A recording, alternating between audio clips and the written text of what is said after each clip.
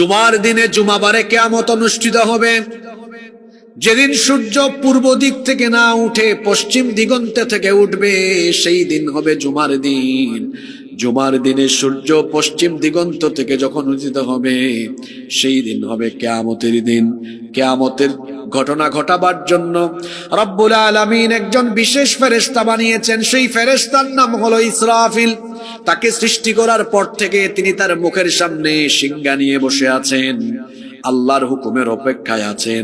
যখনই আল্লাহ তাকে হুকুম করবেন, তিনি সিংহাধ্বনি বাজানো মাত্রই কিয়ামতের ঘটনার উদ্বোধন হয়ে যাবে। আল্লাহু আকবার। এই সূরার প্রথম 5 আয়াতে কিয়ামতের 2 পর্বের বর্ণনা দেওয়া হয়েছে।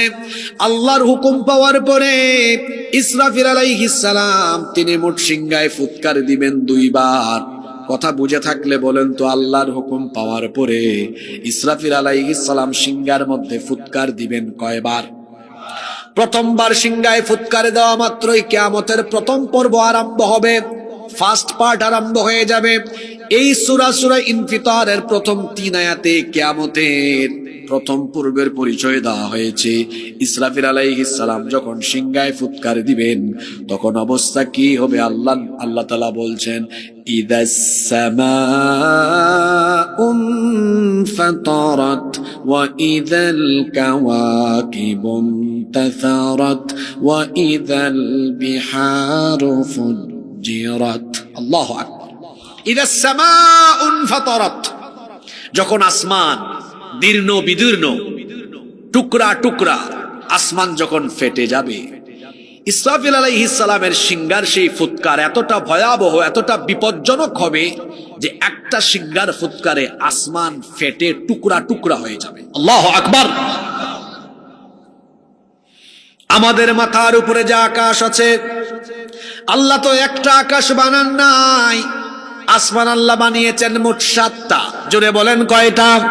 এজন্য আল্লাহ তাআলা বলেছেন, আল্লাযী খালাকা সাবআ সামাওয়াতিন তিবাকা,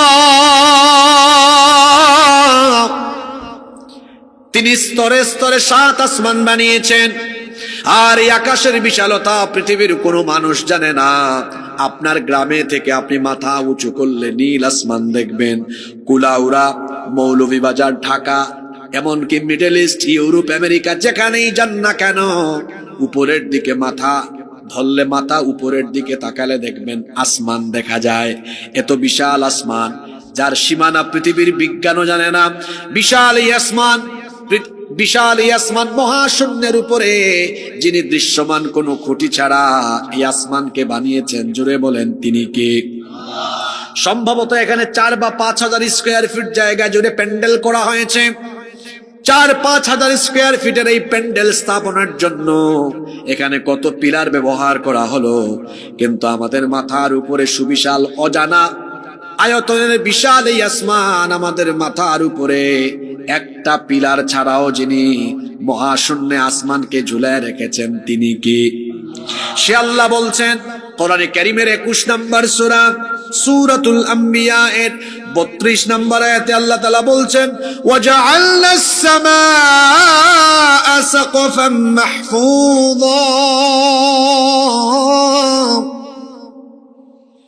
আল্লাহ তাআলা বলছেন, এই আসমানকে আমি এমনি এমনি বানাই নাই, এই আসমানকে আমি তোমাদের জন্য সুরক্ষিত ছাদ বানিয়েছি।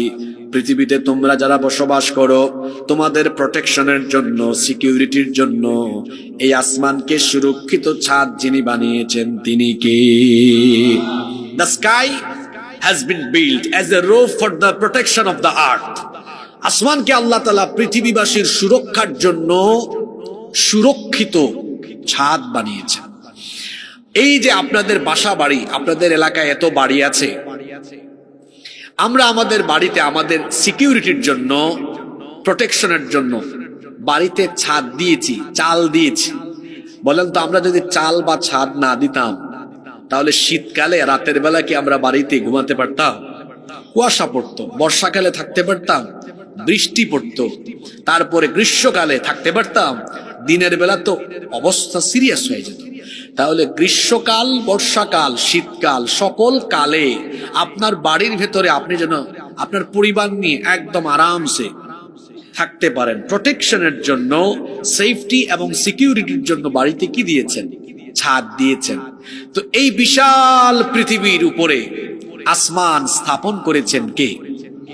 আপনাদের কি মনে হয় এটা কি আল্লাহ তাআলা এমনি এমনি স্থাপন করেছেন? না, কোরআনে কারীম কত বিজ্ঞানময় গ্রন্থ।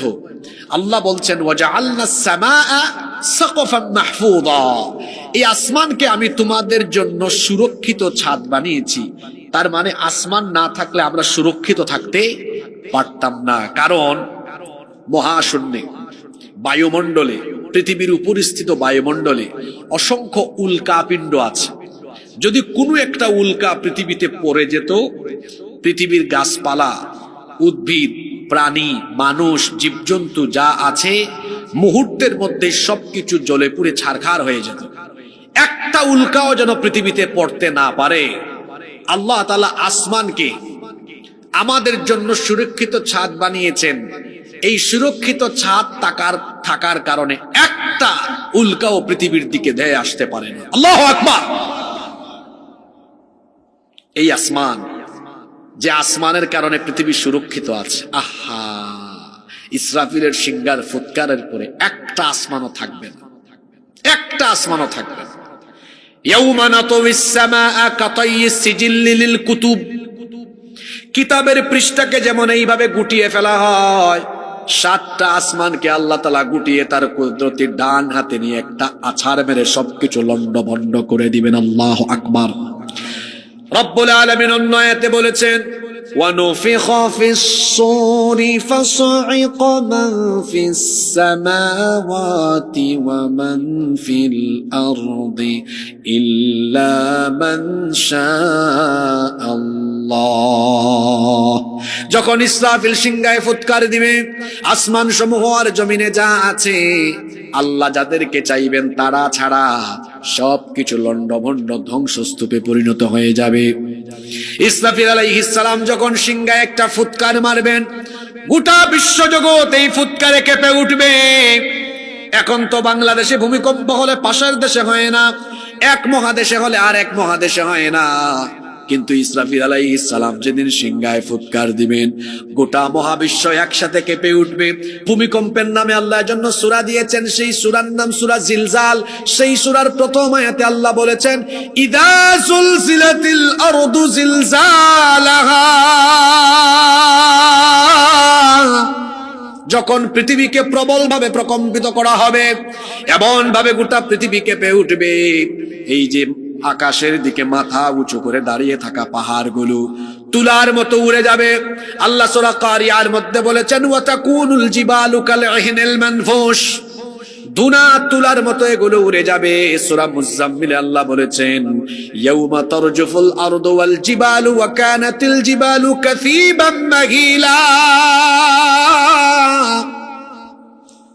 পাহাড় সহ এই পৃথিবীকে ঝাঁকুনি দেওয়া হবে, আর এই পাহাড়গুলো বালুর মতো উড়ে যেতে থাকবে। আসমান একটার উপর আরেকটা লন্ডভন্ড হয়ে, দীর্ণ বিদীর্ণ হয়ে এক আসমানের উপর আরেক আসমান পড়ে যেতে থাকবে। আল্লাহু আকবার। ইসরাফিলের সিংহারে ফুৎকারের পরে পরিস্থিতি কত জটিল হবে আল্লাহ পরের আয়াতে বলেছেন ইদাস সামাউন ফাতারাত وَإِذَا الْكَوَاكِبُ انتَثَرَتْ وَإِذَا الْبِحَارُ فُجِّرَتْ। আসমান দিন্ন বিদীর্ণ হয়ে যাবে, আর ওই তারকারাজি, বিশাল বিশাল তারকাগুলো বিস্ফোরিত হয়ে যাবে, খসে খসে পড়ে যেতে থাকবে। আল্লাহু আকবার। আমার কথা কি আপনারা বুঝেন? তারকা, এক একটা তারকার সাইজ কত বিশাল। পৃথিবী হচ্ছে এত বিশাল, যার আয়তন পৃথিবীর বিজ্ঞানও জানে না। পৃথিবীর 4 ভাগের 1 ভাগ হলো মাটি, আর 3 ভাগ হলো পানি। 3 ভাগ কি? পৃথিবী কত বড় একটু আন্দাজ করেন তো। অনেকে তো আছে মৌলভীবাজার, সিলেটের বাইরেও কোনোদিন যায় না। আমার তো বাংলাদেশ সফর শেষ। ছোট্ট একটা দেশ, এটা ছোট্ট দেশ, এক বিভাগ থেকে আরেক বিভাগে কয়েক ঘন্টায় যাওয়া যায়। এটা কোনো বড় দেশ হইল? অনেক ছোট। আর পাশের দেশে যান আপনি, কলকাতা থেকে দিল্লিতে আপনি ট্রেনে যেতেই 24 ঘন্টার উপরে লাগবে, এত বিশাল তাদের দেশ। আমাদের চেয়ে 30 গুণ বড়, কানাডা আমাদের চাইতে 90 গুণ বড়, আমেরিকা 100 গুণ বড়, রাশিয়া বাংলাদেশের চেয়ে 160 গুণ বড়। এইরকম পৃথিবীতে 250টার বেশি দেশ আছে। এই 250টার বেশি দেশ নিয়ে পৃথিবী নয়, 250টার বেশি দেশ নিয়ে পৃথিবীর মাটি। পৃথিবীর 4 ভাগের 1 ভাগ মাটি, 3 ভাগ পানি। এক একটা মহাসাগরের আয়তন শুনলে আপনার চক্ষু কপালে উঠে যাবে। প্রশান্ত মহাসাগরের আয়তন হলো 16,52,00,000 বর্গ কিলোমিটার। আল্লাহু আকবার। এই বিশাল জলরাশি আছে, মাটি আছে, সব মিলে পৃথিবী, যার আয়তন আমরা জানি না। এই পৃথিবীর চাইতে সূর্য হলো 13 লক্ষ গুণ বড়। মানে আপনি 13 লক্ষ পৃথিবীকে সূর্যের ভেতরে ঢুকাই দিতে পারবেন। সুবহানাল্লাহ পড়বেন না? আপনারা বলবেন হুজুর তাহলে সূর্যকে এত ছোট দেখি কেন আমরা? বড় বস্তু উপরে উঠলে ওইটাকে ছোটই দেখায়। সিলেট এয়ারপোর্টে রানওয়েতে যখন বিমান আসে, রানওয়েতে বিমান দেখলে খুব বড় লাগে, আর ওটা যখন 30-40 হাজার ফুট উপরে উঠে যায় তখন দেখতে পাখির মতো লাগে, তাই না? কিন্তু এটা যখন রানওয়েতে আসে তখন খুব বড় লাগে, বড় লাগে, উপরে উঠলে ছোট লাগে। সূর্যকে আপনার কাছে এত ছোট লাগে, আপনি যে দেখতেছেন এটাই তো বেশি, কারণ আপনার এই পৃথিবী থেকে সূর্য হলো 15 কোটি কিলোমিটার দূরে। সুবহানাল্লাহ পড়তে ইচ্ছা করে না? কত কোটি? 15 কোটি কিলোমিটার দূরে। এই সূর্য হলো পৃথিবীর চাইতে 13 লক্ষ গুণ বড়। এই যে সন্ধ্যার পরে মাগরিবের পর থেকে আসমানে আকাশে কিছু তারা দেখতেছেন না, এই তারাগুলো দেখা যায় আরো ছোট, কিন্তু আসলে কি সাইজ ছোট না। এক একটা তারকা কত বড়! অ্যাস্ট্রোনমি ম্যাগাজিন তথ্য বের করেছে। অ্যাস্ট্রোনমি ম্যাগাজিনে বলা হয়েছে বিজ্ঞানের সর্বশেষ প্রাপ্ত তথ্য অনুযায়ী বিজ্ঞানীরা এখনো পর্যন্ত যে তারকা পর্যন্ত পৌঁছাতে পেরেছেন, ওই তারকা মানে এর বাইরে তারা এখনো যাইতে পারেন নাই। এখনো পর্যন্ত তাদের যন্ত্রপাতি দিয়ে যে তারকা পর্যন্ত যেতে পেরেছেন সেটার নাম তারা দিয়েছেন YU স্কুটি। YU স্কুটি গুগলে আপনারা সার্চ করবেন, YU স্কুটি। এটার আয়তন তারা বলছেন যে সূর্য পৃথিবীর চেয়ে 13 লক্ষ গুণ বড়, তাদের যন্ত্রপাতি নিয়ে যতটুকু যেতে পেরেছেন ওই তারকাটা হলো সূর্যের চাইতে আরো 500 কোটি গুণ বড়। সুবহানাল্লাহ বারেত কি এখন জানো? মাথার ভিতরে হামান নেই তা কিতা কইরাম। আপনার পৃথিবীর আয়তন বিজ্ঞানী হলো বাপ দাদা এবং জানে না এটা কত বড়। ও পৃথিবীর চাইতে সূর্য হইল আরো 13 লক্ষ গুণ বড়। এখন তারা যন্ত্রপাতি এবং যতটুকু গেছে অতটুকু পর্যন্ত গিয়া যে তারকার সন্ধান পাইছে ইটা বলে আরো সূর্যর চাইতে আরো 500 কোটি গুণ বড়। এবার সুবহানাল্লাহ মুখি দি বারণ না, ওটাও কি তার সবচেয়ে বড় না আরো বড় আছে? আরে মহাশূন্যে তো বিলিয়ন বিলিয়ন তারকা রয়েছে, এমন অসংখ্য তারকা আছে যেখান পর্যন্ত কিয়ামত পর্যন্ত বিজ্ঞানীরা যেতে পারবে না। আল্লাহু আকবার। আমি জানি না আপনারা এই সূরার তাফসীর কিভাবে বুঝতেছেন। আল্লাহ সেই তারকার কথা বলছেন, ওয়া ইদাল কাওয়াকিবুন তাসারাত, একটা ফুৎকার মারবে তারকাগুলো ফেটে ফেটে চূর্ণ বিচূর্ণ হয়ে যেতে থাকবে। আল্লাহু আকবার। কিয়ামতের ঘটনা এটা। তো তারকা তো সূর্য থেকে বড়, আর সূর্যের অবস্থা কি? ওই যে আয়াতে আল্লাহ বলেছেন ফাইদা বারিকাল বাসারু ওয়া খাসাফাল কমারু ওয়া জুমিআশ শামসু ওয়াল কমার ইয়াকুলুল ইনসানু ইয়াউমাইযিন আইনাল মাফার। চাঁদ আর সূর্যকে একাকার করে দেওয়া হবে, একটার সাথে আরেকটা ধাক্কা খায়া ফেটে গিয়ে চূর্ণ বিচূর্ণ হয়ে যাবে। আল্লাহু আকবার। সূর্য নাই, চাঁদ নাই, তারকা নাই, অন্ধকার হয়ে যাবে সব। কয়টা সিঙ্গার ফুৎকারে ওই জন্য মাইক মেন বাই হলে মাইকের আওয়াজ দিচ্ছেন, ইটা মাইকে সর্বোচ্চ আমরা খানও ফাটাইতে পারেন, বুঝলেন আপনি? আমি তো যেহেতু আমার আয়াতুল লগে আজকে দেখছেন রিলেটেড নাই, প্রথম সিঙ্গার ফুৎকার দেওয়ার বাদে ওই যে সূরা জুমার রয়েছে, যারা পৃথিবীর বাচ্চা থাকবে ওই সময় নিকৃষ্ট মানুষের উপরে কিয়ামত অনুষ্ঠিত হইব। ইসরাফিলে খালি একটা সিঙ্গার ফুৎকার বাজাইবা, লগে লগে তখন যারা থাকবো খানর ফর্দা ফাটটা জাগাত বেউসুয়া মরে যাবে। আল্লাহু আকবার। বুঝরানি কত ভয়াবহ ফুৎকার। একটা ফু মারবা আসমান একটার উপর আর একটা ফাইটটা ফাইটটা পড়বে। সূর্য চন্দ্র টুকরা টুকরো হইব, আকাশর তারকাগুলা খসে খসা একবারে চূর্ণ বিচূর্ণ হইয়া ছাইরো বাই পড়বো। আল্লাহু আকবার। আরো ভয়ঙ্কর অবস্থা আছে তো। আল্লাহ কইরা ওয়া ইদাল বিহারু ফুজ্জিরাত, 3 নাম্বার আয়াত। সাগর ফাটি যাইব। আবার এর আগর সূরার নাম কিতা? সূরা তাকবীর। আল্লাহ এখানে কইরা ওয়া ইদাল বিহারু সুজ্জিরাত, সাগরও আগুন লাগে যাবে। আচ্ছা আপনারা হুনরা নেই দেখো কাছেন কিলান বিপরীতমুখী কথা। এক সূরাত কইরা সাগরও আগুন লাগবো, আর আরেক সূরাত কইরা সাগর ফাটি যাব।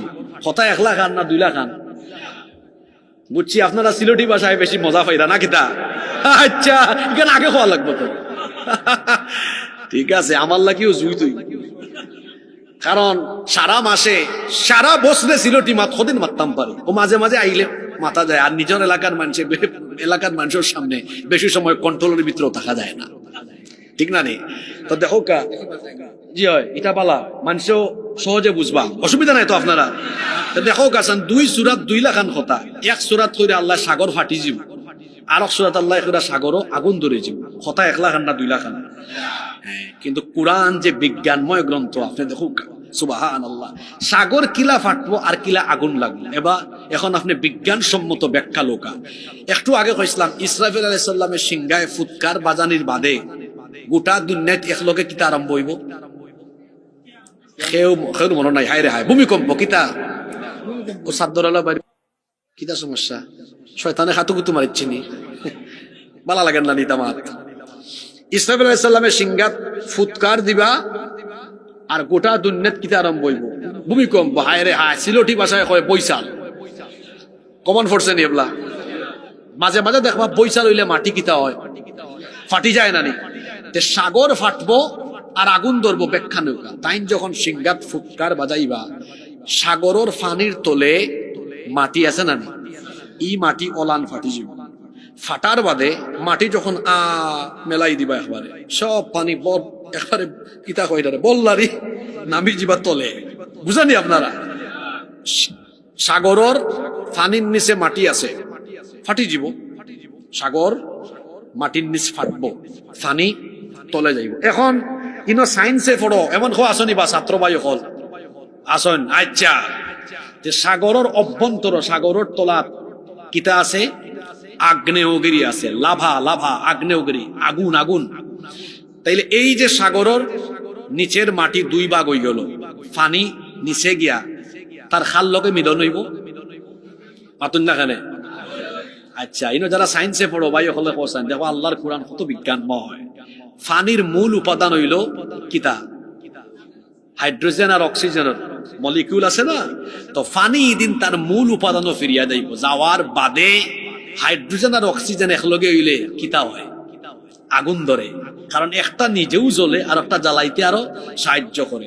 ইসরাফিলর সিংহার ফুৎকারের বাদে হায় হায় হায়, গোটা দুনিয়ার কি ভয়ঙ্কর পরিস্থিতি।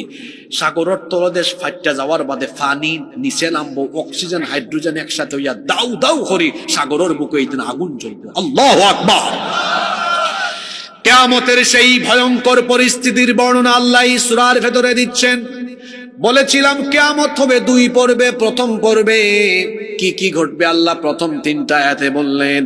ইদাস সামাউন ফাতারাত, যখন আসমান দীর্ণ বিদীর্ণ হয়ে যাবে।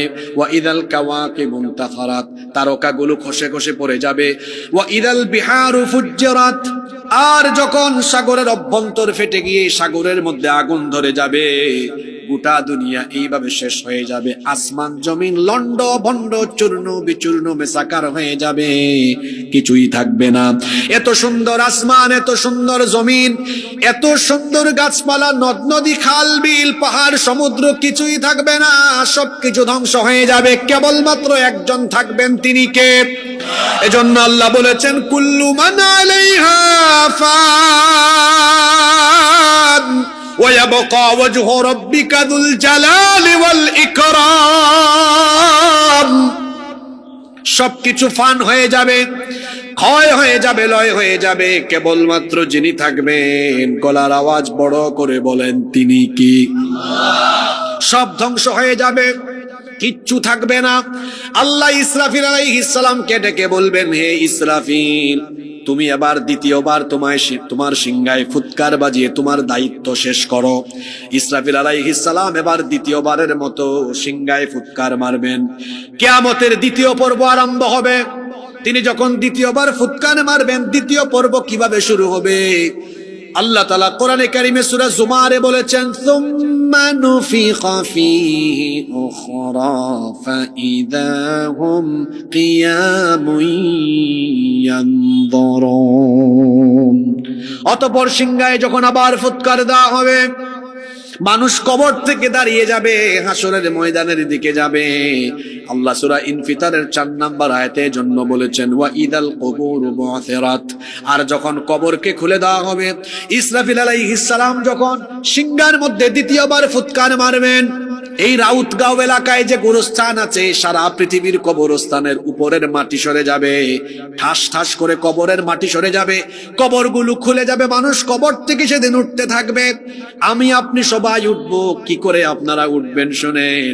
এখন তো শীতের দিন হওয়ায় কত ভারী ভারী সোয়েটার পরে এসেছেন, ব্লেজার পরে এসেছেন, সুতার তৈরি কাপড় পরিধান করে এসেছেন, কিন্তু কিয়ামতের দ্বিতীয় পর্বে দ্বিতীয়বার সিংহায় ফুৎকারের পরে সবাই যখন কবর থেকে উঠবে, কোন পরিস্থিতিতে উঠবে? আল্লাহর নবী বলেছেন, ইহশারুন নাসু ইয়াউমাল কিয়ামাতি হুফাতান উরাতান গারলা।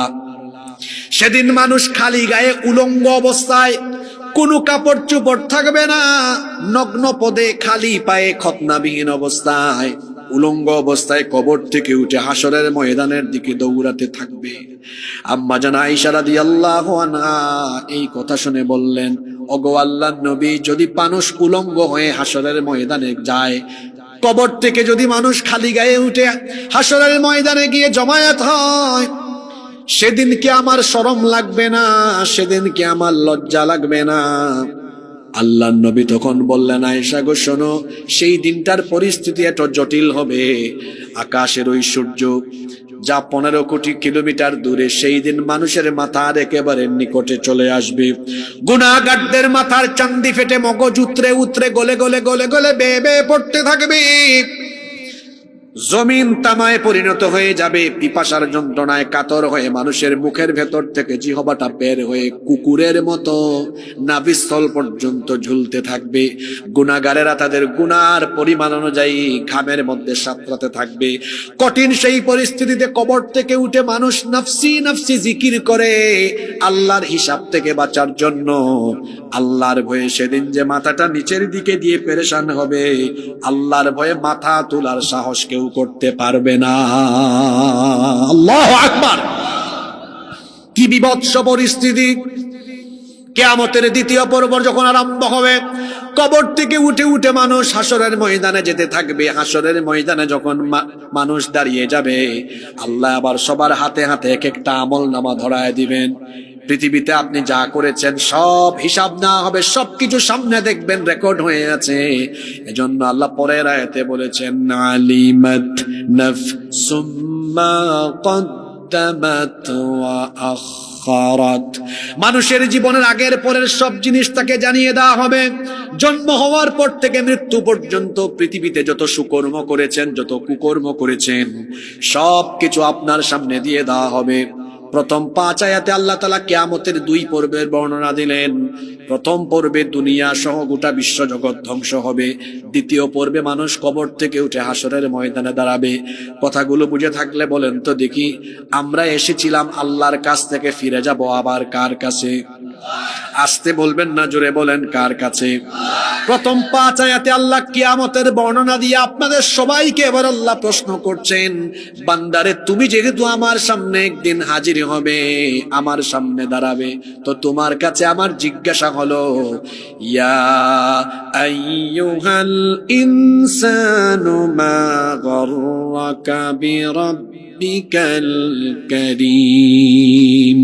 হে মানুষ, মা গররাকা বিরাব্বিকাল কারীম, কোন জিনিস তোমাকে তোমার মহান রব সম্পর্কে গাফেল করে ফেললো? কোন জিনিস তোমাকে ধোঁকায় ফেলে দিল? আমি তোমাকে বানালাম, সৃষ্টি করলাম আমার কাছে, তুমি আবার ফিরে আসবে। একদিন আমার সামনে দাঁড়িয়ে তোমাকে বিচারের সম্মুখীন হতেই হবে। তাহলে বলো, এই দুনিয়াতে তুমি কার ধোঁকায় পড়ে আমার সাথে নাফরমানি করো, অথচ আমি তোমার এমন রব? আল্লাহ পরিচয় দিলেন, আল্লাযী খালাকাকা ফাসাওয়াকা ফাআদালাক ফি আইয়ি সূরাতিন মা শাআ রাক্কাবাক। কি করে আমার সাথে নাফরমানি করো, কি করে আল্লাহর সাথে নাফরমানি করেন? তিনি আপনাকে সুন্দর করে সৃষ্টি করেছেন, সুঠাম এবং সুসামঞ্জস্যপূর্ণ করেছেন, যেমনটা চেয়েছেন তেমনটা আকৃতি দিয়েছেন। আজকে আজান হয়, আপনি নামাজে যান না, আল্লাহর আইন মানেন না, আল্লাহর সাথে নাফরমানি করেন, মোবাইল ফোন দিয়ে জিনা ব্যভিচারের সাগরে ডুব দিয়ে আছেন। সারাটা দিন আল্লাহর সাথে কেমনে নাফরমানি করেন, সে আল্লাহ বলছেন, বান্দারে তুই কেমনে আমার সাথে নাফরমানি করিস? অথচ একেবারে 0 কেজি থেকে আজকে 60-70 কেজি তোকে আমি আল্লাহ বানিয়েছি। তুই কি জানিস না একটা সময় তুই কিছুই ছিলি না? সূরা ইনসানের প্রথম আয়াতে আল্লাহ বলছেন, হাল আতা আলাল ইনসানি হিনুম মিনাদ দাহরি লাম ইয়াকুন শাইআম মাযকুরা। ও মানুষ, চিন্তা করো, তোমার জীবনে কি এমন একটি সময় যায়নি যখন তুমি উল্লেখ করার মতো কিছুই ছিলে না? তোমার জন্মের 1 দিন, 2 দিন, 3 দিন, 5 দিন, 7 দিন পরে তোমার মা বাপ তোমার নাম রেখেছে, অথচ তোমার এক সময় নামও ছিল না, ঠিকানা ছিল না, ঘর ছিল না, বাড়ি ছিল না, কিছুই তুমি ছিলে না। তুমি ছিলে অস্তিত্বহীন, তুমি ছিলে প্রাণহীন। কিভাবে আমি আল্লাহ তোমাকে বানালাম? বান্দা শোনো, আজ তুমি আমার সাথে নাফরমানি করো, অথচ আমি তোমাকে কেমনে বানালাম শোনো, তুমি তো কিছুই ছিলে না।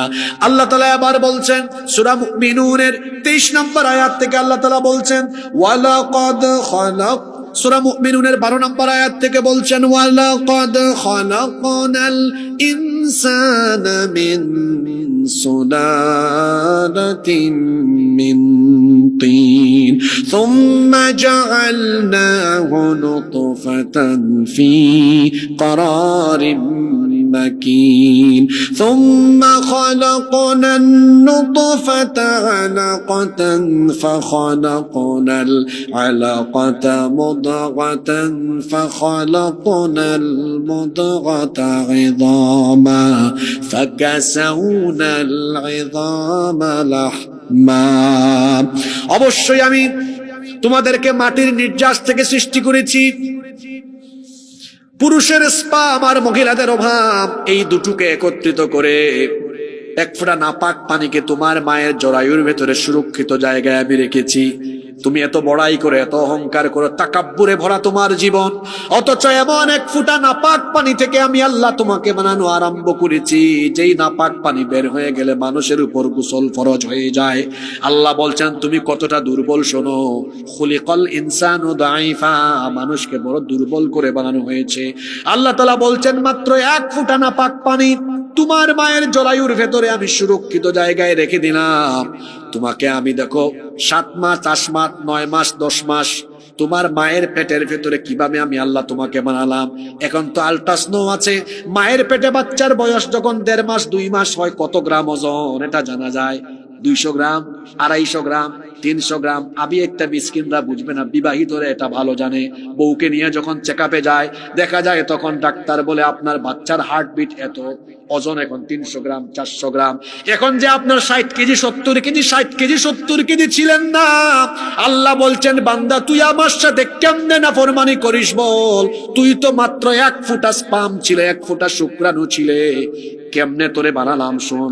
ওই 1 ফোঁটা শুক্রাণুকে তোর মায়ের জরায়ুর ভেতরে আমি সুরক্ষিত জায়গায় রাখলাম, এরপরে সেটাকে আমি আল্লাহ জমাট বাঁধা রক্তে পরিণত করলাম, এরপরে সেই জমাট বাঁধা রক্তকে আমি গোশতের পিণ্ড বানালাম, অতঃপর সেই গোশত পিণ্ডকে বড় একটা হাড্ডিতে রূপান্তর করলাম, তারপরে সেই হাড্ডির উপরে গোশতের পোশাক পরালাম। তখনও পর্যন্ত তোর চোখ, নাক, ঠোঁট, কান, হাত পা কিছুই ছিল না, এক টুকরা মাংস আর হাড্ডি তুই ছিলে। এরপরে আমি আল্লাহ আমার পছন্দ মতো ফি আইয়ি সূরাতিন মা শাআ রাক্কাবাক, তোর নাক তোর মার মতো না বাপের মতো, তোর চোখ তোর মা না তোর বাপের মতো, তোর ফেস কাটিং তোর দাদা না নানার মতো হবে। আমি আল্লাহ যেরকম চেয়েছি এইরকম একটা ফেস কাটিং দিয়ে, চক্ষু নাক কান ঠোঁট হাত পা সবকিছু দিয়ে তোর মায়ের পেটের ভেতরে আমি আল্লাহ তোকে সুন্দর করে বানিয়েছি। তখনও তোর ওজন কিন্তু বেশি না, দিন যায় তোর ওজন বাড়ে, 1.5 মাস 2 মাস তোর ওজন না 100 গ্রাম 150 গ্রাম, মাসের পর মাস যায় 10 মাস পর্যন্ত তোর মায়ের পেটের ভেতরে। এখন তো মোবাইল ফোনে অ্যাপস বের হয়েছে, সুরক্ষা অ্যাপস, এইটা ওইটা নানান অ্যাপস, মহিলারা এগুলো প্রেগন্যান্সিতে ব্যবহার করে। 200 গ্রাম 300 গ্রাম 500 গ্রাম 700 গ্রাম 900 গ্রাম 1000 1500 2000 এইরকম করে তোমার ওজন বাড়তে বাড়তে তোমাকে তোমার মায়ের পেটের ভেতরে আমি আল্লাহ কতদিন রাখলাম শোনো। আল্লাহ সূরা হজের মধ্যে বলেছেন ওয়া নুকিরু ফিল আরহামি মা নাশাউ ইলা আজালিম মুসাম্মা, নির্দিষ্ট একটা সময় পর্যন্ত তোমার মায়ের পেটের ভেতরে রাখলাম। এরপরে আমি আল্লাহ কি করলাম শোনো, থুম্মা নুখরিজুকুম তিফলা, তারপরে 2.5 3 3.5 4 5 কেজি ওজনের ছোট্ট একটা বাচ্চার সাইজে তোমার মায়ের পেটের ভেতর থেকে বের করে এই দুনিয়ার আলো বাতাস দেখিয়েছেন কে? বুঝছেন নি কই থেকে কিলাইছে কোনটাও আসনা না। এখন কত বাপরে বাপ, 55 60 70 80 কেজি কিদাত ফ্যাট 90 কেজি, তাই বাপরে বাপ আসরা নেই আপনারা। হায় রে হায়, 80 আয় কেলা হোক আছে। আল্লাহ কত সুন্দর বুঝাইরা, আমি যে তোরে বানাইলাম তোর নাম নাই ঠিকানা নাই কোনটা নাই, তুই তো কোনটাও আসতে না। তখন তো আলট্রাসাউন্ড দেখা যায় না বাচ্চার পরিস্থিতি কিলা। আল্লাহ কইরা ও যে 1 ফুটা না পাক পানি থাকি বান্দা, আমি তোমারে মায়া করি বানাইছি, বানাইয়া তোমারে তোমার মার ফেটোর ভিতর থেকে বাইর করছে, বাইর করিয়া এর বাদে দেখো হায় রে হায় তোমারে খেউ খাওয়াইবার খেউ নাই। তুমি যখন আইসো দুনিয়া তোমার তো ভাষাও নাই, আব্বা খাইতাম আম্মা খাইতাম হইতেও পারো না। আমি আল্লাহ কিতা করছি, তুমি দুনিয়ায় তাওয়ার আরো আগে তোমার মার বুকর মাঝে আমি আল্লাহ তোমার লাগি খানা বানায় আনছি। সুবহানাল্লাহ, আল্লাহর কত রহমত। ছোট্ট একটা বাচ্চা সে যদি দুধ পান আরম্ভ করে আর যদি গ্লাস থাকি জেলা ফানি বাড়য় ওলান যদি দুধ সে খাওয়া আরম্ভ করে, তাইলে তার গলাত আটকে যেতে পারে অথবা তার সমস্যা হইতে পারে। বর্তমান চিকিৎসা বিজ্ঞানী হলে আল্লাহ কি আল্লাহ মার স্তনের মাঝে মোট 32টা ছোট ছোট ছিদ্র বানাইছেন। সুবহানাল্লাহ, এত খুব আরাম করি বাচ্চা দুধ পান করতে পারে। আল্লাহ কইরা এইভাবে তোরে আমি দুধ পান করাইলাম, তোর দাঁত লাগবো, তুই তো অ্যাপ্লিকেশন দিছ না, বরাবর আল্লাহ আমারে দাঁত দেও, মাছ মাংস খাইতাম, যখন টাইম হয়েছে আমি দিছি তোমারে, না চাইতে দিছি, এভাবে তুমি বড় হইছো, তুমি বালেক পর্যন্ত আমি ফেরেশতারে না করছি কোনটা লিখ না। এরপরে বালেক হওয়ার বাদে তোমার লাগে আমার বিধান কার্যকর করে দিছি। ও বান্দা, তোমারে আমি মায়া করি বানাইলাম, তোমারে খাওয়াইলাম, আমার দেওয়া অক্সিজেন, আমার দেওয়া নিয়ামত তুমি ভোগ করলাই, আমার ইবাদত করো না, নামাজ নাই, ইবাদত বন্দেগি নাই, হারাম পথে কামায়, আর যত অন্যায় অপরাধ আছে সবটা করেন। আল্লাহ জিকাইরা মা গররাকা বিরাব্বিকাল কারীম, তুমি আমারে খাও, কোন জিনিস তোমারে ধোঁকা দিয়া আমার ইবাদতটাকে তোমারে দূরে রাখলো, তুমি এখানে আমার নাফরমানি করো।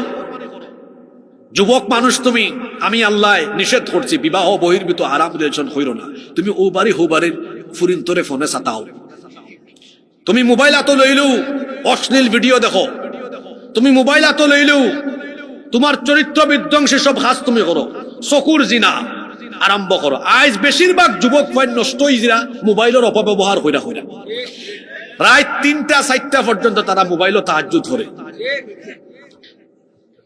3টা 4টা পর্যন্ত হজাক থাকে, ফজরের নামাজ পড়ে না, ঘুম থাকি উঠে 11টা 12টার সময়, সকালে নাস্তা করে না।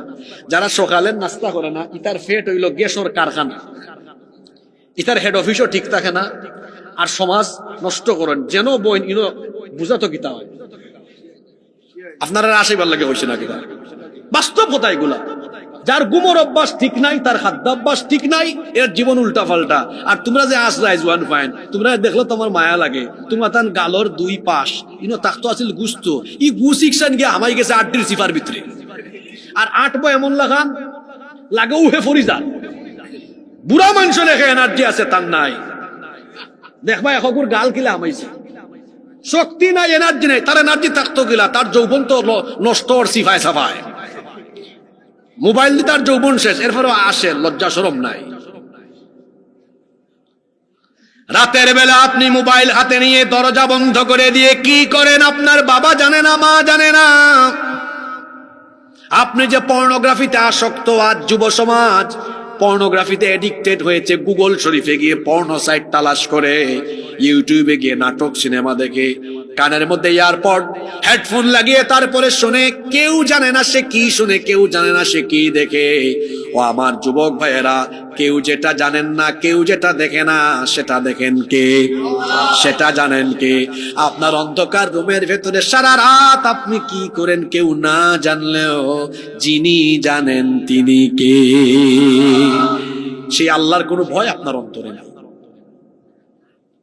আল্লাহ আপনাকে বলছেন, আমি তোমাকে এত সুন্দর করে বানালাম, আমার দেওয়া নেয়ামত তোমাকে ভোগ করালাম, তুমি নামাজ আদায় করো না, তুমি আমার হুকুম মানো না।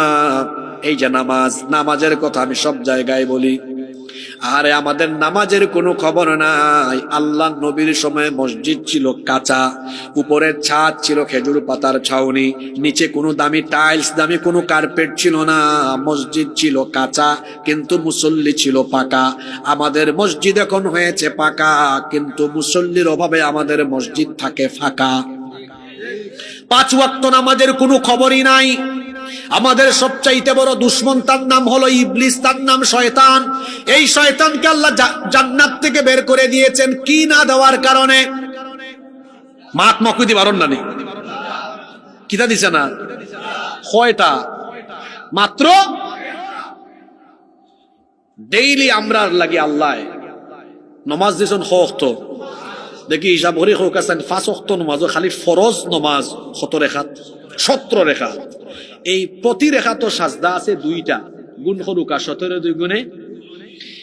ইবলিস হে একটা সেজদা না দিয়া জান্নাত থেকে আউট। আল্লাহ এখন গেট আউট ফ্রম হেয়ার, এখান থেকে বাইরো, get out from the paradise, জান্নাত থেকে বারো। হে একটা না দিয়া জান্নাত থেকে বারোই গেছে, আল্লাহ তারা বারো করে দিলেন। আমরা প্রতিদিন 34টা না দিয়া জান্নাতে যাওয়ার লাগে রেডি। বুঝা যায় জান্নাত আমার মামুর বাড়ি।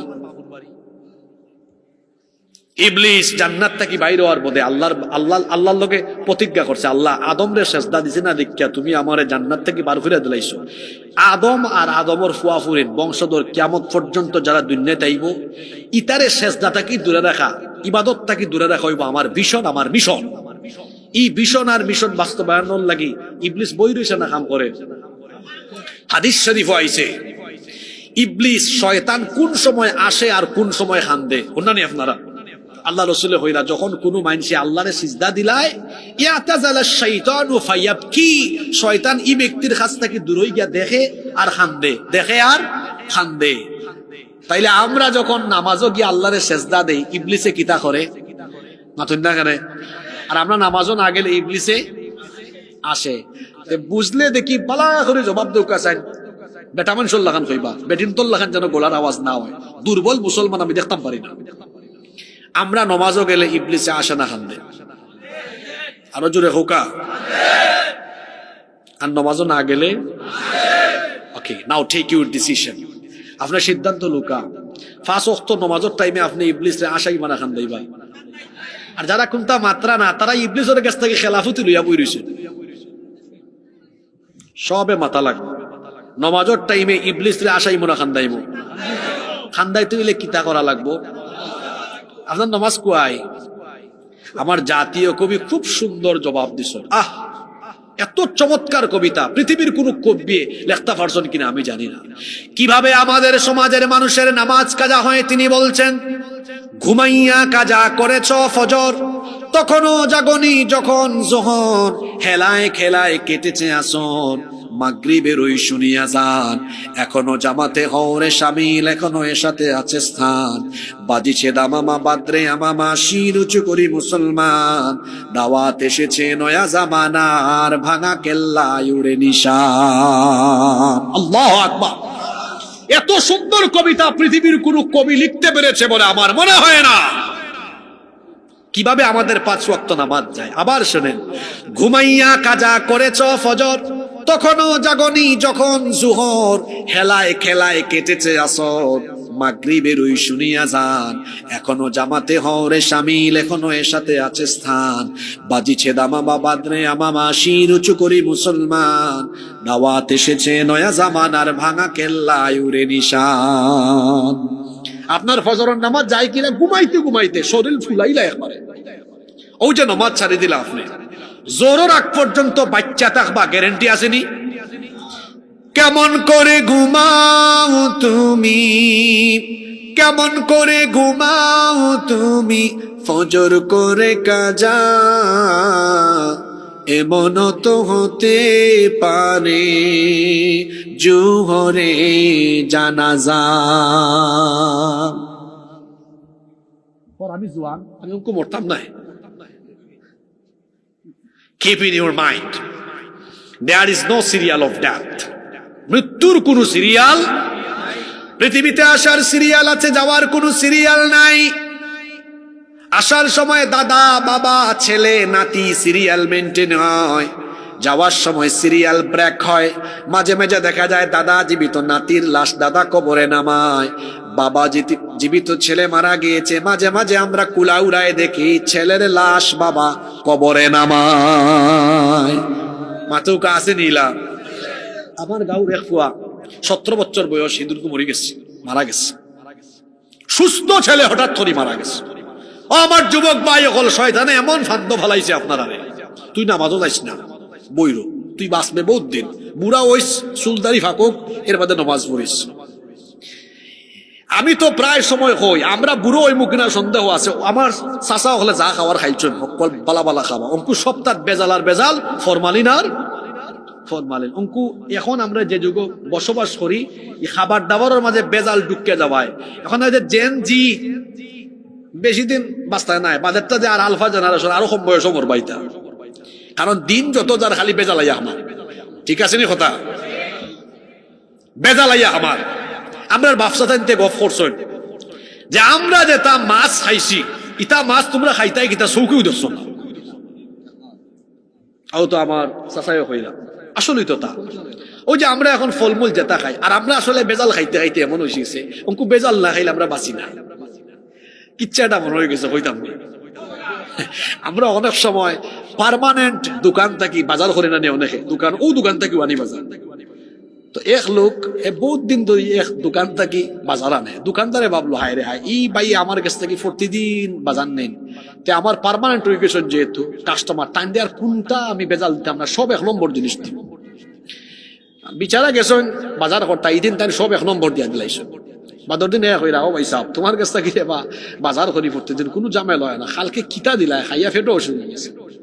বিচারা বাদে হইরা হায় রে মানুষের ভাই এমনি হয়নি, কুত্তার ফেটো গিয়েও জমায় না, কুত্তার ফেটো দিলা গিয়েও জমায় না। তুমি তাই বাদ খাইতে খাইতে ফেটলে এমন বাদ বানাইছো, ওকে বালা জিনিস খাইলার অজম। এটা একটা উপমা দিলাম আর কি, যে আসলে আমরা বাদ খাইতে খাইতে, ফসা জিনিস খাইতে খাইতে এমন অবস্থা হয়েছে যে এখন ফসা না খাইলে বাঁচি না আমরা। আমার যুবক ভাই হলরে ফাও দরিয়া হয়ে যেলাম, ভাই হল নমাজ ছাইর না, কারণ নমাজ হইল ইসলামের সবচাইতে গুরুত্বপূর্ণ আমল, সবচেয়ে বড় আমল হইল নমাজ। আল্লাহ রসুলের হাদিস খান কইলাম, কত ওয়াজ লাগে না রে ভাই, বুঝলে তুরা কথাইও বোঝা যায়। ও যে হাদিস খান কইলাম, হাদিস খান করলাম যে আমরা নমাজও গেলে শয়তানে খান্দে, আর না গেলে শয়তানে আসে। এখন আপনারা বুঝা হোক আছেন, আমরা কি শয়তানরে আসাইমু, শয়তানরে খুশি করবো? তে শয়তানরে আমরা খান্দাই খান্দাই আমরা গাঁও থাকি বার করে দিব। এই গাঁত শয়তানের কোনো প্রশ্রয় নাই, আজান হইলে মসজিদ আমরা ভরপুর করে দিলাই ইনশা। রাজি আছেন নিশ্চয়? কারা কারা রাজি নাই আত্ম লোক ই সাইডের মানুষ বেউস হইয়া ওয়াজ উঠলা, বেউসি ওয়াজ চলে। অনেক জায়গার নাম দিছি ওয়াজের নাম দিছি আমি বেহুশ ওয়াজ মাহফিল, মানে হুজুরে মাত্রা বেউসল লাগান আর সুতা হলে হুন্ডা বেউসল লাগান, ইলা বেউসি ওয়াজ অনেক গাউত হয়। এখন বেউসি ওয়াজ হয় কিলা বুঝবা কিলা, ওয়াজর বাদে মানুষের জিকাই বাচ্চা হুজুরে কোন বিষয়ে ওয়াজ করছে, আনা ও হুজুরে জিকাই বাচ্চা হুজুর ইলা আমরা বহুত হুজুর হল আছেন 1 ঘন্টা কিতা এখন কোনো বিষয় ইসার ট্যাং বগির ট্যাং হকল তা মিলাইয়া ওয়াজ, জগা খিচুড়ি ওয়াজ আছে না নীলা? আমরা তো একটা সূরা থেকে আরম্ভ করছি, কোন সূরা নাই, আয়াত নাই, খতমিল হবা খতমিল। এটার নাম আমি দিছি বেউস ওয়াজ। হুজুরে বেউস হইয়া মাতই, হুজুর কইবা হুজুর কিতা নিয়ে ওয়াজ করব বলে হকলতা মিলাইয়া ডাইলে চাইলে খিচুড়ি। আর শ্রোতা হলে হইবা ওয়াজ থাকি বারো বার অবা কিতা ওয়াজ না 1 ঘন্টা ওই আরে বাপরে বাপ হুজুরের যে ওয়াজ ফাটাইছো একবারে বলে কিতা ফাটাইছো, যে সুন্দর কণ্ঠ, বলে কিতা শুনছে ওয়াজের বিষয় কিতা, খেজা না কিতা। ই ওয়াজের নাম আমি দিছি বেউসি ওয়াজ। কিতা ওয়াজ? আমি অবাস্তব কথা কইছি, ইলা বেউসি ওয়াজ হয় না? বহুত গাঁৱত দেখবা বেউস ওয়াজ চলে, হুজুরে চিল্লাইতে চিল্লাইতে বেউস, আর শ্রোতা হলে টিক টিক টিক কইয়া বেউস, বাদে ওয়াজের কোনো আগামাতা বেউস হইয়া ওয়াজের কষ্ট নি আপনারা। তাইলে নমাজও না গেলে শয়তান খুশি না বেজার? খুশি। আন গেলে শয়তান। আমরা খুশি করব কাকে? জোরে বলেন কাকে? সাল্লাত কায়েম করো, সাল্লাত কায়েম করো, হবে সম্মানী তুমি, হবে জান্নাতি তুমি, দেবে কাল হাসরে শীতল ছায়া আরশে আযীম, রব্বিয়াল আলা রব্বিয়াল আযীম, রব্বিয়াল আলা রব্বিয়াল আযীম। জীবিত থাকা অবস্থায় আমরা নামাজ 1 ওয়াক্তও কাজা করব না। রাজি আছেন সবাই? কারা কারা রাজি আছেন আল্লাহরে দেখান তো। মাশাআল্লাহ, আল্লাহ সবাইকে কবুল করেন, হাত নামা। আল্লাহ তাআলা বলছেন ইয়া আইয়ুহাল ইনসানু মা গাররাকা বিরাব্বিকাল কারীম, হে মানুষ কোন জিনিস তোমাকে তোমার রব সম্পর্কে গাফেল করে ফেললো? এত সুন্দর করে আমি তোমাকে সৃষ্টি করলাম, আমি তোমাকে নেয়ামত দিলাম, আমার দেওয়া নেয়ামত, আমার দেওয়া রিজিক বুক করে তুমি বেঁচে আছো। কি করে তুমি আমার সাথে নাফরমানি করো? কি করে তুমি আমার সাথে অবাধ্যতা পোষণ করো? কি করে তুমি আমার হুকুম আহকাম লঙ্ঘন করে কি করে তুমি গুনাহ করো? ও বান্দা, এর কারণ হলো আখিরাত কিয়ামত যে আছে এটা মনে প্রাণে তুমি হয়তো উপলব্ধি করো না। এজন্য আল্লাহ পরের আয়াতে বলছেন, শোনো, এমনটা যদি ভাবো তো জেনে রাখো, কাল্লা বাল তুকাযিবুনা বিদ্দীন, কখনো নয়, বরং তোমরা বিচার দিবসকে অনেকে মিথ্যা মনে করো, মন দিয়ে উপলব্ধি করতে পারো না। বান্দা শোনো, কেমনে তুমি গুনাহ করো, কেমনে তুমি আমার সাথে নাফরমানি করো, কেমনে তুমি পাপ করো। তুমি কি মনে করো নাকি আমি তোমাকে দুনিয়াতে এমনি এমনি ছেড়ে দিয়েছি? আমি কোনো নজরদারি রাখি নাই। আফা হাসিবতুম আন্নামা খালাকনাকুম আবাসান ওয়া আন্নাকুম ইলাইনা লা তুরজাউন। মানুষ কি মনে করেছে নিরর্থক তাদেরকে সৃষ্টি করা হয়েছে, তারা কি আমার কাছে আসবে না? আর তারা কি মনে করেছে আমি তাদেরকে ছেড়ে দিয়েছি, কোন ধরনের দারোগা দারোয়ান তত্ত্বাবধায়ক নিযুক্ত করি নাই? বান্দারে এমনটা মনে করো না। শোনো, ওয়া ইন্না আলাইকুম লাহাফিযিনা কিরামান কাতিবিনা ইয়ালামুনা মা তাফআলুন। কষ্ট নেই আপনারা? 10-12 মিনিট থাকতে পারবা তো? দেখো আল্লাহ হইরা আমি তোমরা দুনিয়াত এমনি ফাটাইয়া দিছি না যে তুমি যা মন চায় তা করবা। প্রত্যেকটা দেশের গোয়েন্দা সংস্থা আছে, আমি আল্লাহ তোমারে ফাটাইছি, তোমার লগে গোয়েন্দা দিয়া দিলাইছি। ওয়া ইন্না আলাইকুম লাহাফিযিন, নিশ্চয় তোমরার লগে সংরক্ষণকারী তত্ত্বাবধায়ক ফেরেশতা আমি নিয়োগ করিয়া দিছি। আমরা হইলাম আল্লাহ, এরা এরার নাম কিতা? জসিমউদ্দিন না করিমউদ্দিন, এটার নাম কিতা? আল্লাহ হইরা এরার পরিচয় হইল কিরামান কাতিবিন, এরা সম্মানিত লেখক। দেখো আল্লাহ কত সুন্দর বিশেষণ দিয়েছেন, সম্মানিত লেখক। অর্থাৎ এরা এমন লেখক যারা তুমি অপবাদ দিতে পারতে না। কারণ তোমরা দুনিয়ায় তেমন বহুত মানুষ আছে, এরা দেখা যায় তার বালা না লাগলে ইগুর বিরুদ্ধে রিপোর্ট লিখবো, ঘুষ খাইয়া উল্টা পাল্টা লেখি দেব। আমার এই ফেরেস্তা হলে সের পক্ষেও লেখতো নাই, সের বিপক্ষেও লেখতো নাই, ঘুষও খাইতো নাই, জুলুমও করতো নাই। একবারে সলিড তোমরা যা করবা তা লেখবা। আর কয়জন ফেরেস্তা? মাতৌকা কয়জন? নাম হইল কিরামান। আল্লাহ কইরা এই দুইজন ফেরেস্তা, একজন তখন ডানে আর একজন ইয ইয়াতালাক্কাল মুতালাক্কিয়ানি আনিল ইয়ামিনি وعن الشمال قعيد ما يلفظ من قول إلا لديه رقيب عتيد তোমরা ডাইনে আর বামে দুইজন ফেরেশতা দিছি যত বালা কাম করো ডাইনের ফেরেশতা লেখন যত বাদ কাম করো সব বামর ফেরেশতা লেখন তারা লেখা তো আসো তুমি এমন একটা কথা হও না এমন কোন কাম করো না যা আমার ফেরেশতা লিখে রাখেন না সব রেকর্ড করাও সব রেকর্ড করাও তুমি যে সিফাই সাফাই আন্দার গুন্দার যা করো সব ক্যামেরা করা হয়ে গেছে ও যে ক্যামেরা অতগুলো আমার সামনে কালকে যদি সকালি বেলা আমি উঠতে খাই গত খাইলে আমি রাউতগাঁও গেছি না ওয়াজও করছি না অত হচ্ছেন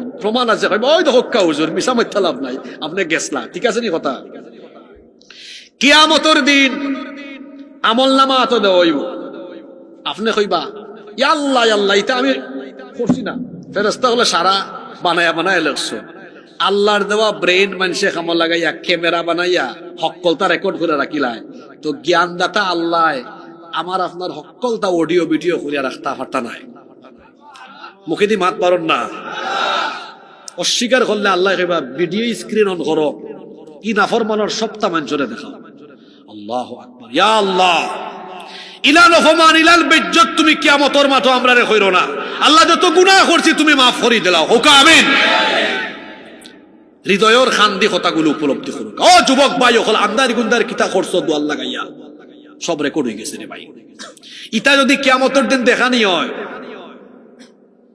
ঠিকঠাক পারতে নাই তুমি তোমার মা বাবার সামনে দেখানো হইব রসুলের সামনে দেখানো হইব বেজ্জত হয়ে যাবে তুমি আল্লাহর নাম সাত্তার আল্লাহ চাইলে গুফন গুলা কিয়ামতের দিন প্রকাশ না হইরা দুনিয়ায় তো গুফনে মাফ করে দিলাইবা সুবহানাল্লাহ আল্লাহর কাছে খান্নাকাটি করুক আর হোক আল্লাহ আমি আর গুনাহ করতাম না এতদিন যা করছি না বুঝা করেছি আমার আল্লাহ কত দয়াবান আল্লাহ কইরা বান্দারে এটা হাদিসে কুদসি লাউ বালাগাত যুনুবুকা আনানাস সামাই সুম্মা ইস্তাগফারতানি গফারতু লাক তোমার গুনাহ যদি করতে করতে আসমান পর্যন্ত পৌঁছাইলাও এত গুনাহ লইয়াও তুমি তওবা করিয়া যদি আমার কাছে আমার দুয়ারও আও মনে রাখো আমি আল্লাহ পাহাড় আমি আল্লাহ আসমান সম পরিমাণ দয়া লইয়া তোমার সামনে সব গুনাহ মাফ করে দিলাম আজকে কত 31st নাইট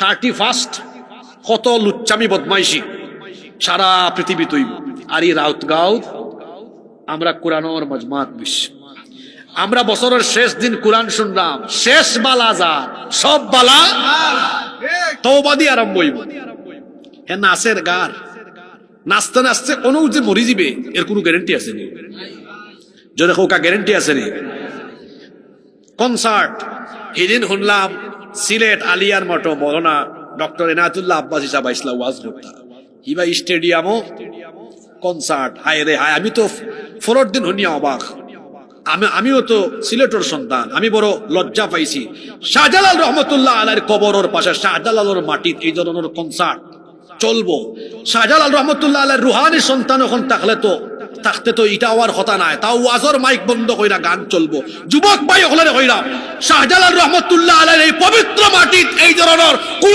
নাচ গান বাজনা আমরা করতে দিতাম না আল্লাহু আকবার জিন্দাবাদ জিন্দাবাদ শাহজালালের তলোয়ার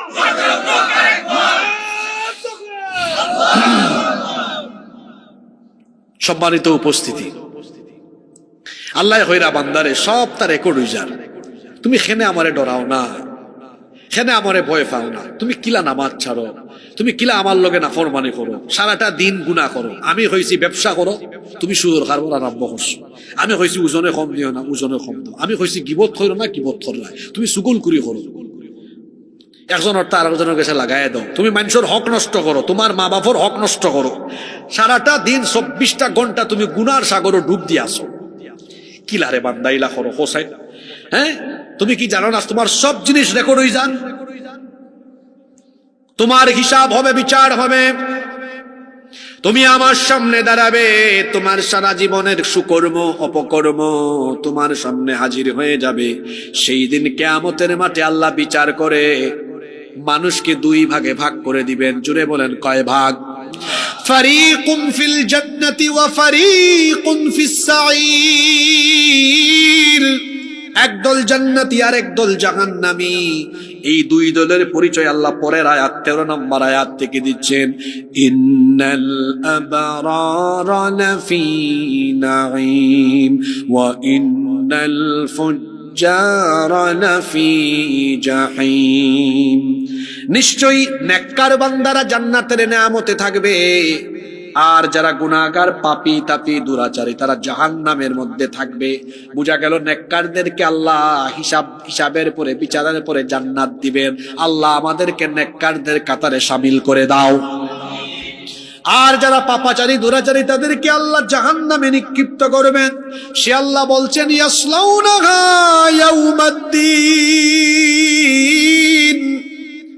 বিচারের দিবসে জান্নাতীদেরকে জান্নাতে, জাহান্নামীদেরকে জাহান্নামে ঢুকানো হবেই হবে। ওয়া মা হুম আনহা বিগাইবিন, কেউ গায়েব থাকতে পারবে না, অনুপস্থিত থাকতে পারবে না। এরপরে আল্লাহ প্রশ্ন করছেন ওয়া মা আদরাকা মা ইয়াউমুদ্দিন সুম্মা মা আদরাকা মা ইয়াউমুদ্দিন, তুমি কি জানো বিচার দিবস কি?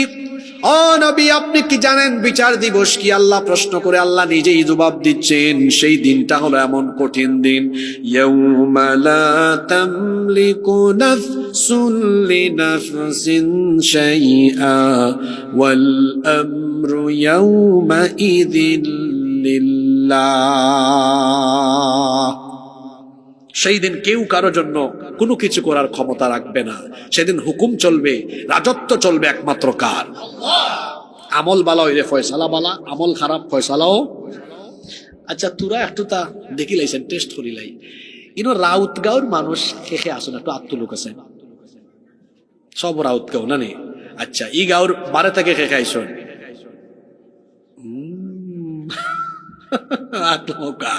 তাহলে এই গাঁওর মানুষ ওয়াজও বেশি না বারা গাঁওর মানুষ ওয়াজও বেশি? ফাটাফাটি আছে নাকি, তাই না? বেশি ফাটাফাটি বুঝছেন না নেই? মানে মানুষ দলে দলে বাগ হওয়া, মসজিদ বাগ করা।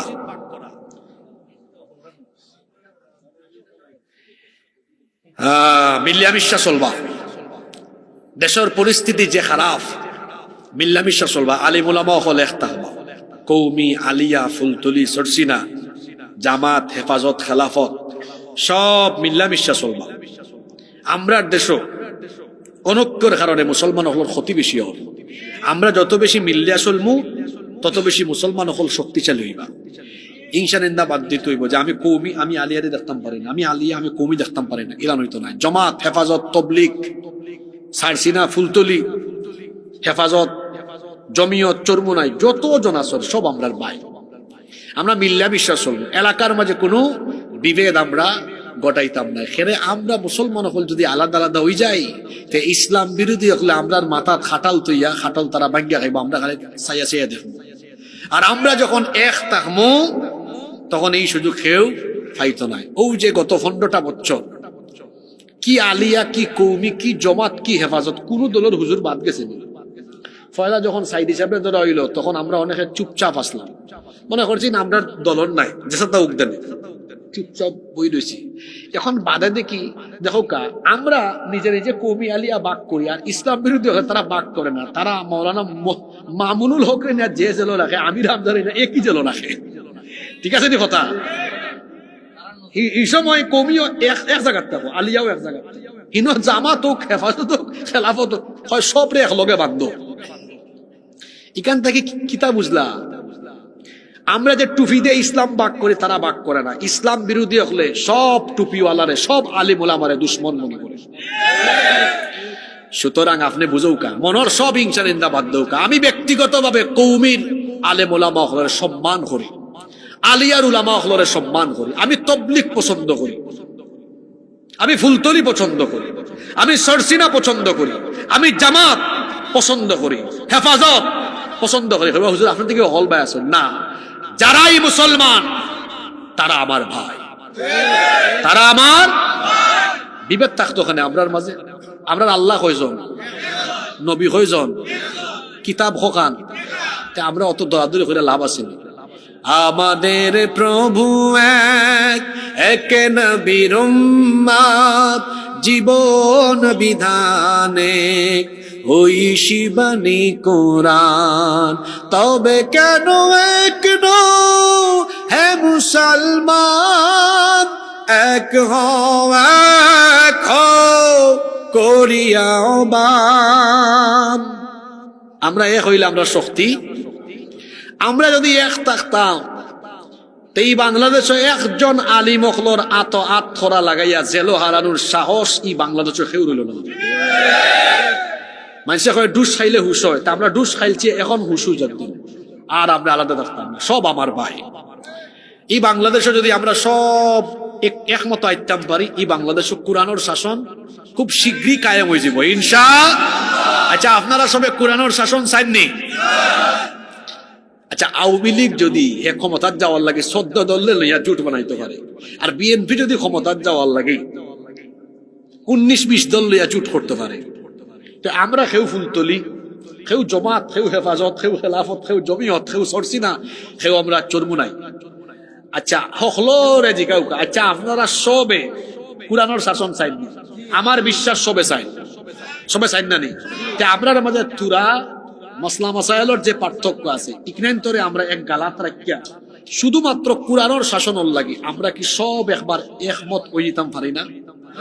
যদি একমত হয়ে যেতাম পারি, আপনারা দেখবা খাইল যদি আমরা ঘোষণা দিই আমরা সব এক হয়ে গেছি, তাহলে ফরুদিন বাংলাদেশের মানুষে কইবা বাংলাদেশের দায়িত্ব আমরা হুজুর হলে দিলাইছি। কিন্তু হুজুর হলের ভিতরে তো হিংসা বেশি, হিংসা কমাইতেই পড়ে ভাই।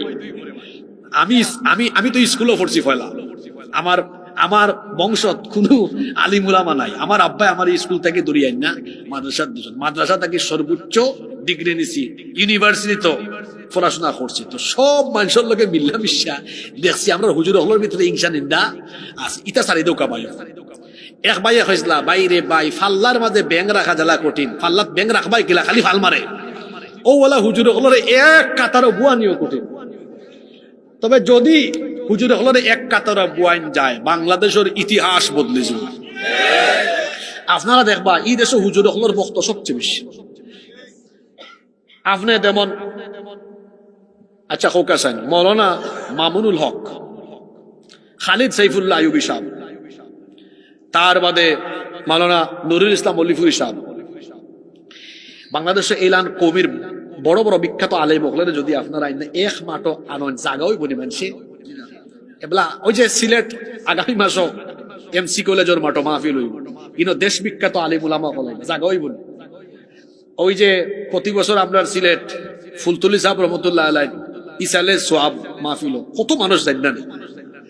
সারসিনাত যাইবা দেখো মানুষ, আর মানুষ ফুরফুরাত যাইবা মানুষ, আর হাটাদারি মাদ্রাসাত জ্ঞাত হায় রে হায় মানুষ। আর তার মানে যে ভাই হুজুর মানুষ সবাই আসেন, এই সব হুজুর হলে যদি এক জায়গা করা হয় বুঝলানি কিতা হইতে পারে।